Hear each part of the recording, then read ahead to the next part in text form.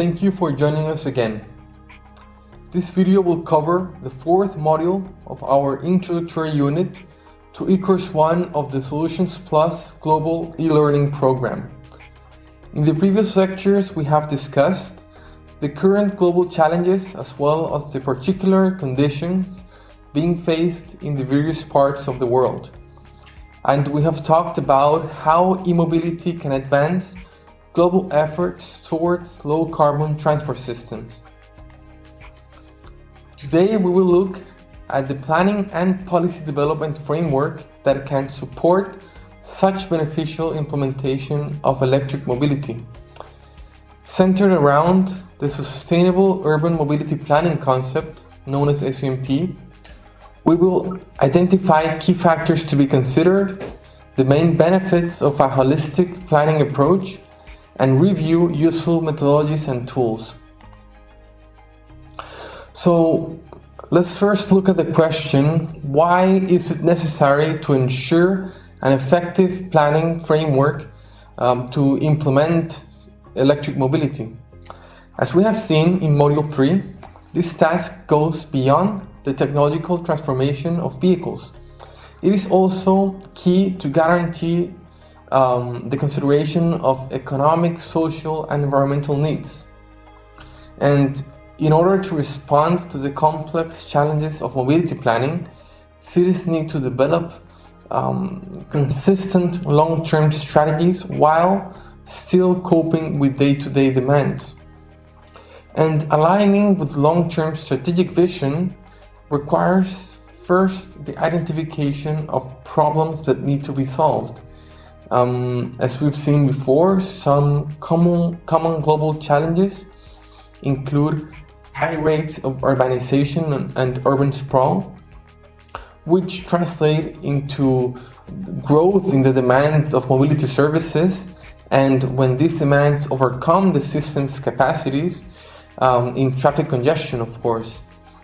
And this in turn translates into negative economic, environmental, social, and health impacts. It is with these challenges in mind that it becomes so important to count with a comprehensive planning framework that can guide efforts to integrate innovative mobility solutions into our transport networks. SUMP offers such a framework with a process based on the definition of common objectives and with cooperative planning as a cornerstone. As we will see, it deals with the design, implementation, financing, and also monitoring of mobility-related measures and projects. But first, what do we mean with SUMP? What is Sustainable Urban Mobility Planning?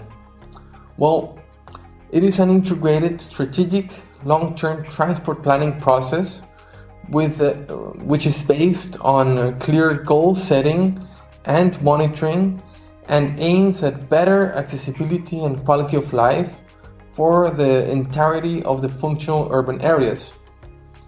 And as the European Commission's promoted framework for mobility planning, SUMP is being implemented with success in a variety of contexts and scales, from smaller cities to entire regions. And this not only in Europe but also throughout the world. And when defining SUMP, we have to go and look at its core principles.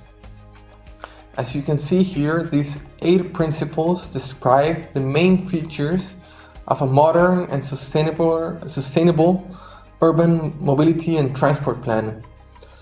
They include, among others, considering all existent transport flows across the city's functional urban area, and not just being limited to the administrative boundaries of a city or a region.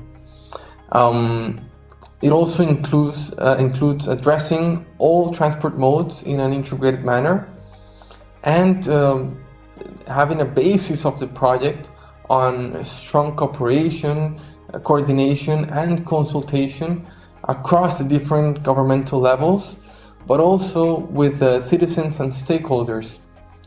And to define a long-term vision as a strategic guide for action planning. All of this based on the analysis of current and future performance.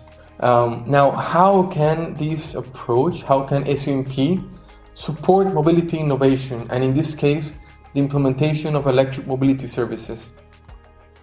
Well, the SOMP process has been designed to flexibly adjust to local contexts.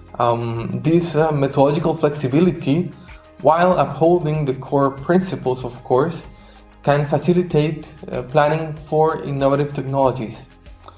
And the thing is that often when planning for mobility innovations, cities and planners will need to cope with different obstacles, such as a regulatory framework that has not been fully developed yet, or the uncertainties of the market, or technical complexities of the topic. So it is very important to count with a structured approach to handle such uncertainties and to steer the development of new mobility services in alignment with local policy goals. Besides, SOMP plays a key role in the integration of different sectorial plans, in the assurance of strategic value and effectiveness of large infrastructure projects, and in complementing planning processes with adequate stakeholder and citizen involvement. And we will see how each of these elements are very valuable and important for the implementation of electric mobility. For instance, by fostering cooperation across various institutions and departments, we can cover topics such as urban planning, health, environment, economic impacts, and social services.